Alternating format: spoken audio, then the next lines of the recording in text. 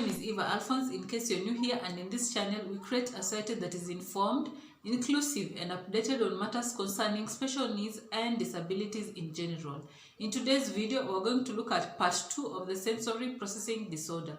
If you haven't watched the part 1 of the video, I'll link it above, and please reach to it and get to watch more about sensory processing disorder.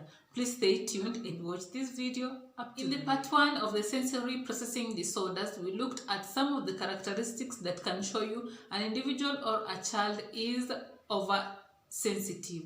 And in this channel, we're going to look at some of the characteristics that can show you an individual is undersensitive. Let's get to the video and get to know more about undersensitivity.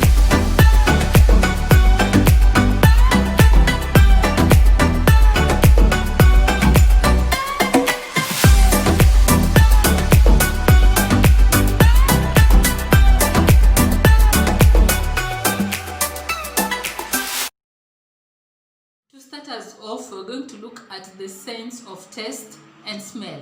What are the characteristics in terms of smell and taste that can show you a child or an individual is undersensitive? Because these are individuals who are under-responsive or under-sensitive, they're always seeking for intense stimuli. They always crave for something which is direct opposite of a response. Number 1, on smell and taste, you find that these individuals are always smelling and licking non-edible objects. This includes even toys. Let's say they have a toy like this one, and they just keep smelling on it. Any other time they're playing with it, they're just smelling it or even licking it. Even Play-Doh, even flowers outside, they keep smelling on the flowers, and they're just around the flowers and they just keep smelling on the flowers. You find that they might forget even to go to class because they're just outside smelling the flowers or other objects in the environment. Number 2, they like strong odors and they keep smelling on the strong odors like perfumes, cleaning agents, and even gasoline. You can imagine you just open, this is jik. I know you cannot prefer to smell jik for a very long time, but for these children, they just open the bottle and they just keep smelling and they just feeling it. They just want those strong odors around them because they crave for that strong stimuli. Number 3, in terms of food, they always prefer food that is a little bit more spicy, more salty, foods that are bitter or even sour, and they just want their foods to be strongly flavored because remember we've said they are always craving for that strong or intense stimuli. So their food also have to have that strong stimuli to enhance their smell and their taste. Moving on to the next, let's look at the visual undersensitivity. Number 1 is that they love things or objects that are shiny, spinning, and even objects in motion. Things that are shiny, things that are sparkling, things that got glitters. They just love such things so much and they entice them so much. That is their favorite. Even in terms of toys, you'll find that when you place so many toys around them, they always pick the one that is shining, the one that gets to be moving, and the one that is a bit. Number 2, they have difficulty in eye-hand coordination. Eye-hand coordination even includes activities like writing, tracing, and even beadwork. When you give them a thread with some kind of beads to put inside, you find that they'll find it difficult because their eye-hand coordination has some difficulty.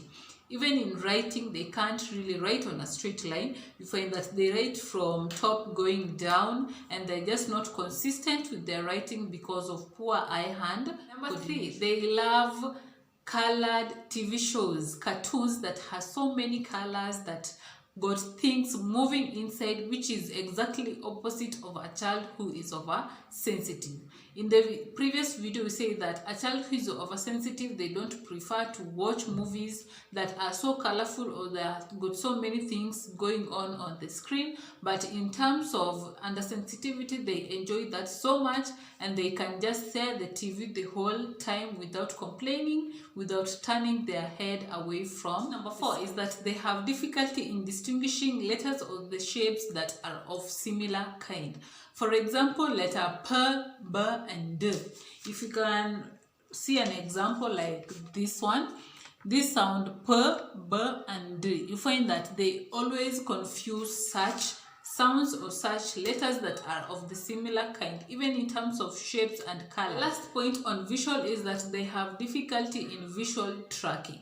For example, when they're reading something like a storybook or a novel or a paragraph, they'll always get lost on where they read last. They can't remember the last line that they read in the book or the sentence or even the paragraph. Next category, let's look at auditory undersensitivity.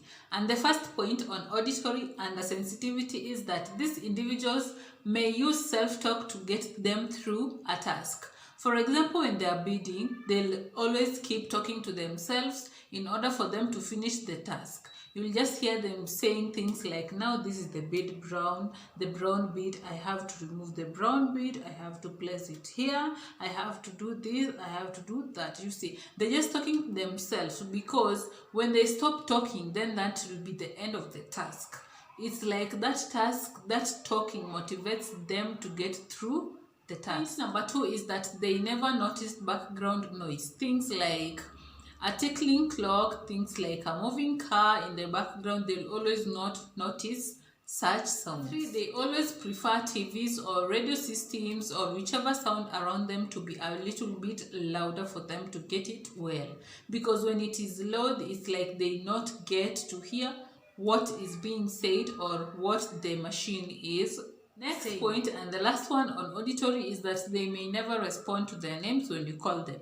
They treat it as background noise or something of sound that they are used to so much, and therefore they see it as unnecessary to respond to, and they may not always respond to their names because their auditory system is under category tactile undersensitivity. And point number 1 is that they always prefer touching others. They just want to be in contact with others. They just want to hug them. They want to touch them. They just want to be close. Number 2 is that they always prefer to be without clothes or sometimes barefooted. You find that when you give them shoes to put on, they always remove their shoes, they remove their socks, and they just want to walk bare. Point number 3 is that they seem not to notice messy hands and even messy face. They get mad, they play in there, they destroy, they get so messy, they paint everywhere, and their hands, when they get messy and dirty, they don't seem to notice that. Number 4 is that they always touch everything and bring about everything to their mouth. Their toys, their Play-Doh, everything around them, they always bring it to their mouth because they are undersensitive in terms of tactile and even smell and taste. Another point is that they sometimes drool or may not wipe running nose. They just ignore it, they see it as something normal, and they are not bothered. Next category, let's look at undersensitivity in terms of the muscles and even the joints. And the first point on muscles and joints, and including pressure, is that they always tiptoe. Sometimes they not step down with the whole foot. They'll tiptoe and walk on their toes, and they'll not step down, or sometimes they may walk so heavily they are just banging the ground with their foot as they walk. Is a sign of undersensitivity in terms of muscles and even the joints. Number 2 is that they like jumping, climbing, wrestling, and some crushing activities that can even scare you. To them, that is what they enjoy because their muscles are undersensitive and they're trying to stimulate their muscles. 3 is that they prefer crunchy and chewy foods like ball gums. They like them so much. Biscuits and crisps, that is their favorite. But when you give them something to eat that is not crunchy and chewy, you find that they always refuse them, or that just the food is boring. Point is that they always prefer or choose a blanket that is a little heavy and thick. When you give them a blanket that is light, they'll refuse them, but when you give them a blanket that is heavy, they'll always choose. The last category is internal sensation. What goes on in the internal system of our bodies. Point number 1 on this is that you'll find it difficult to tolerate train this kind of children because they'll always pee or poop on themselves. They cannot tell when they want to poop or when they want to pee, therefore they end up doing it on themselves. Point number 2 is high level of pain tolerance. They are so tolerant to pain in that when they go for an injection or something pierces them, they can't really feel that pain and they just be there. Sometimes they can even be laughing, and yet for you, you know it is a very painful. Number 3 is that they have difficulty in falling asleep. Their sleep doesn't come easily. They're just walking around the house.